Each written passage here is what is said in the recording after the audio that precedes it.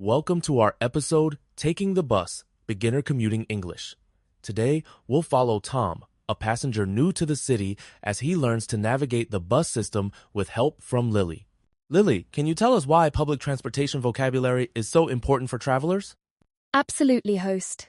Using buses or trains is common in cities worldwide, and knowing how to ask for directions or stops helps you feel more independent.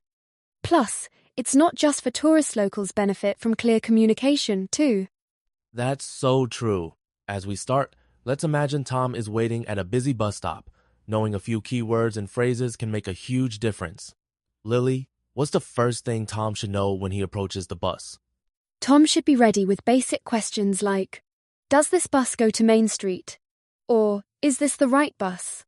These openers help start a conversation and get the information he needs, even if he's nervous about speaking English. Let's dive into the main vocabulary. Tom hears words like bus stop, route, and ticket. Lily, could you explain what each of these means and how they're used in context? Of course. A bus stop is where passengers wait for the bus. A route is the path the bus travels, usually shown by a number or name. A ticket is what you buy to pay for your ride, either from a machine, online, or sometimes directly from the driver. Great explanations. In fact, seeing these words on signs and schedules can be confusing at first.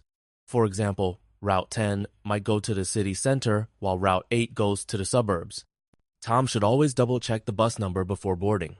Exactly. And if Tom's unsure, he can politely ask the driver or another passenger, is this the bus for Main Street? That way, he avoids getting lost and practices his English in a real situation.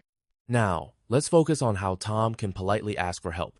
What's a good way to start a question when you need directions on public transport? A simple, excuse me, can you help me? Works well. For example, Tom could say, excuse me, does this bus stop near the station? It's friendly and shows respect, which makes people more willing to help. That's a helpful tip, Lily. Adding please also goes a long way. If Tom says, could you please tell me where to get off for Main Street? He makes the request even more polite. Absolutely. Politeness is key, especially in busy cities where people might be in a hurry. These small words can make communication smoother and more positive.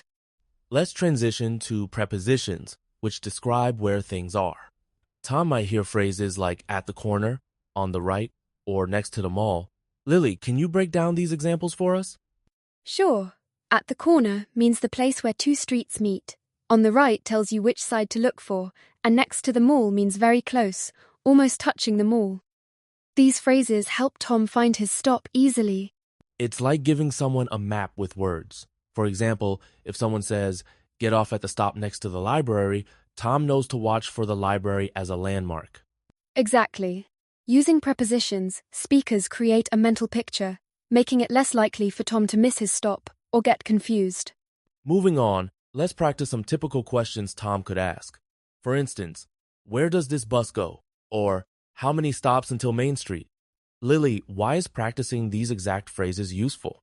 It builds confidence and prepares Tom for real conversations. If he rehearses questions like, does it stop near the station? Or, can I pay with cash? He'll be ready for most situations on public transit. That's right. And repeating these questions helps learners remember word order and pronunciation, making their speech clearer. Plus, these examples are universal. Whether Tom is in New York, London, or Tokyo, he can adapt these patterns to local transit systems. Now, let's think about how Lily would give directions if Tom asks, where should I get off? Could you walk us through the steps, Lily? Sure. I might say, you need to get off at the next stop, which is near the park.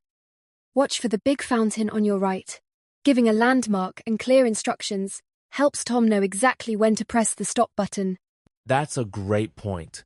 Visual clues like the big fountain or after the bridge make directions easier to follow, especially for new learners who might miss spoken stop announcements. Exactly. Combining verbal directions with visual markers ensures Tom feels more secure and less likely to miss his destination. Let's pause to talk about grammar. Why do we often use the present simple tense in these situations, Lily? Present simple is used for facts and routines, which fits travel questions. For example, does this bus stop at Central Station? Or where does it go?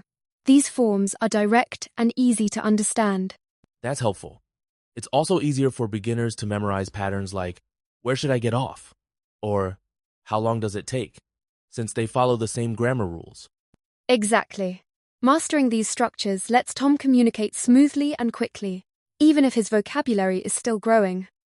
Sometimes, even with good preparation, Tom might get lost or miss his stop. Lily, what should he say or do in those cases? He can stay calm and ask, "Excuse me, is this stop near Main Street?" Or, "I think I missed my stop. Can you help me?" Most people are willing to assist, especially if you ask politely.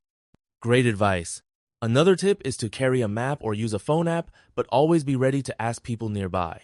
Real conversations are the best way to learn and practice English. And mistakes are normal. Each question Tom asks is a learning opportunity, making him more confident for next time. Let's highlight listening skills. Many learners worry about understanding fast speech. How can Tom practice listening to clear English on the bus? He can start by listening to announcements or recorded messages, which often slow down for clarity. Also, using podcasts like ours helps train the ear to catch key phrases and common questions. That's valuable. Repeating what you hear or writing down new words is another great way to improve. Tom could even record his own voice and compare it to native speakers. Yes, and don't forget, asking someone to speak slowly or repeat is perfectly fine. Most people are happy to help if you explain you're learning English. To wrap up, let's encourage our listeners to try a speaking challenge. Lily, could you suggest 3 questions they should practice today? Certainly. Try asking, "Does this bus go to the station? Where should I get off for Main Street? And, is the stop near the park?" Practicing these aloud builds fluency and confidence. Excellent selection. Listeners can practice with friends or even by themselves in front of a mirror. The more you practice, the easier real conversations become. Exactly. Remember, every question you ask brings you closer to speaking English naturally.